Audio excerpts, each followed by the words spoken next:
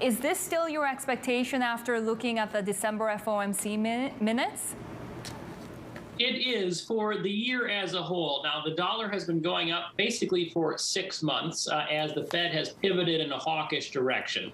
We've been pricing in more rate hikes, faster tapering, earlier end to what the Fed's been doing on the balance sheet side of things, and that's driven the dollar up over the next 6 months. That could certainly go a little bit further. We think, though, for the year as a whole, inflation pressure is likely to start to ease compared to what we saw last year, and that'll allow the Fed to go gradually. 3 rate hikes this year, 4 rate hikes, something like that. I think is pretty manageable for FX markets as long as the global economy continues to hold up. So strong global growth, gradual Fed. We think that spells mild dollar depreciation for the year as a whole, and I think that is an out of consensus view at this point. How much will other central banks' actions also weigh on the dollar, given that I know that Goldman right now is expecting Korea to hike next week as well? We're seeing the Korean won pretty weak right now, though.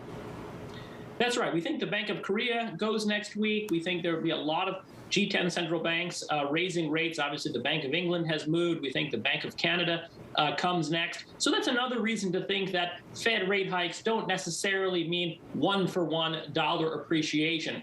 It's about the differences in rates across countries, rate differentials, and other countries are raising rates as well. That's one reason why we think the dollar doesn't necessarily need to keep going straight up, even if the Fed begins delivering on some of these rate hikes that are now priced in. Well, what do you make of this move in the Korean won, though? You know, we're the weakest now we've been in a number of months as the BOK prepares to tighten. Do you think this is going to be a short-term blip?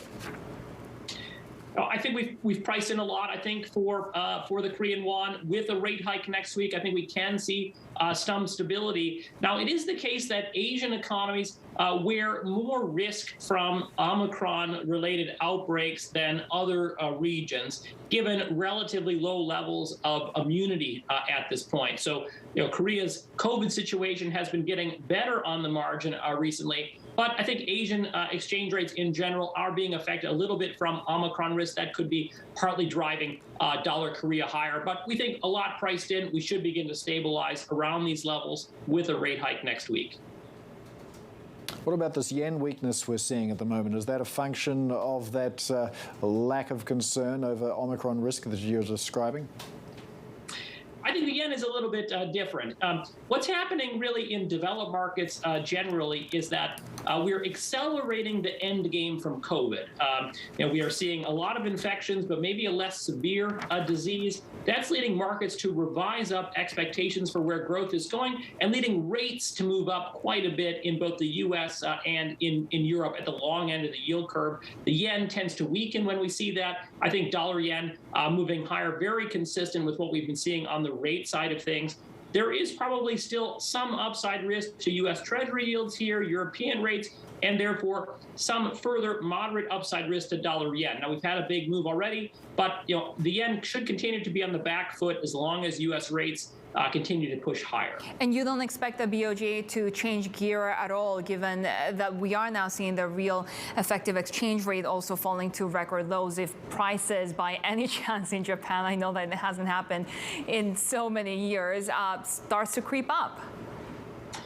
The yen is definitely cheap. It's an extremely undervalued currency from a longer-term perspective. And we think that longer-term focused investors, value-focused investors, maybe want to be looking at the yen at current levels. It's probably not going to start appreciating until we see the rates outlook turn, however. Zach, what's happening with the yuan? Because your expectation is that it could appreciate, but we continue to get signals from the PBOC, at least, that they're going the other direction from, the Fed or other central banks around the world that are tightening. The PBOC is leaning against appreciation pressure, indicating with the fix some discomfort with appreciation and just intervening outright. But there's a lot going for the Chinese yuan at the moment, a current account surplus, a lot of foreign direct investment flows or M&A activity, a lot of portfolio flows into that economy. So we think even with somewhat more dovish PBOC signals in recent months, that the yuan can continue to appreciate. We have a 620 target for dollar China in the 12 months at this point. I'm pretty comfortable with that. I think we continue to see yuan appreciation despite some of these different policy signals from the PBOC recently.